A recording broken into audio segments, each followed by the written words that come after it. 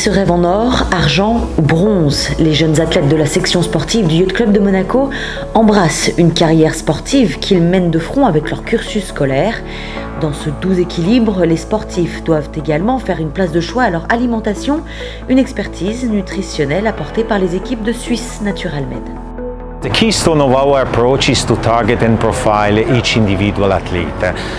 We start usually with a very easy questionnaire related to lifestyle, and we then move forward over to non-specific symptoms, body structure and body shape as well. By collecting all this information, we are therefore in a position to work out almost a 360-degree plan, with the final goal being to target to maximize each individual genetic potential by supplying a personal nutritional plan, of course based on our products. Habitué à accompagner des sportifs adultes de haut niveau, Swiss Natural Med se tourne désormais vers la nouvelle génération, à l'image des 6 athlètes du Yacht Club de Monaco engagés dans les séries NACRA 15, ILCA et Kitesurf. Si les corpulences et les âges diffèrent, les objectifs, eux, restent les mêmes. Je mange des fruits et des légumes tous les jours. Après, j'essaye de manger équilibré, donc je mange aussi de la viande, du poisson, un peu tout. Je mange des barres de céréales et des pommes potes sur l'eau pour redonner de l'énergie. Ça peut apporter beaucoup de choses comme plus de concentration, d'énergie et des bienfaits aussi sur les musculaires et moins de fatigue surtout. Par exemple en régate, c'est vraiment nécessaire de faire attention à ce qu'on va manger, beaucoup d'aliments simples à digérer pour éviter d'avoir des problèmes ensuite et de ne pas être efficace. Donc on fait très attention, notre coach Paolo est très attentif à ça. La feuille de route élaborée à l'occasion de cet accompagnement va débuter très prochainement pour les sportifs concernés, une expérience qui servira à récolter de précieuses données pour l'avenir. On commence à tester les produits à partir du prochain championnat de France Espoir, glisse sur les NACRA et en laser qui va se dérouler à Martigues.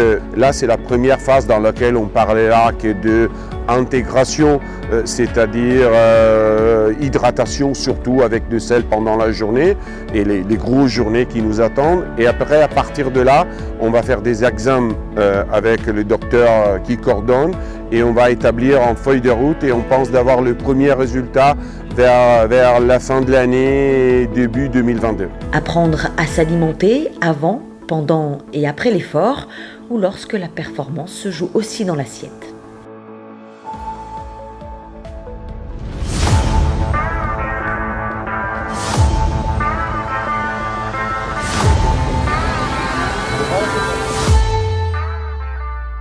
Monaco, épicentre de la voile internationale avec le coup d'envoi des 9e Monaco Sport Boat Winter Series, la série de régates de haut niveau dont le premier acte vient de se terminer et remporté par Ludovico Fascitelli du Yacht Club de Monaco. Je pense que c'est un début très bien. On a 36 bateaux.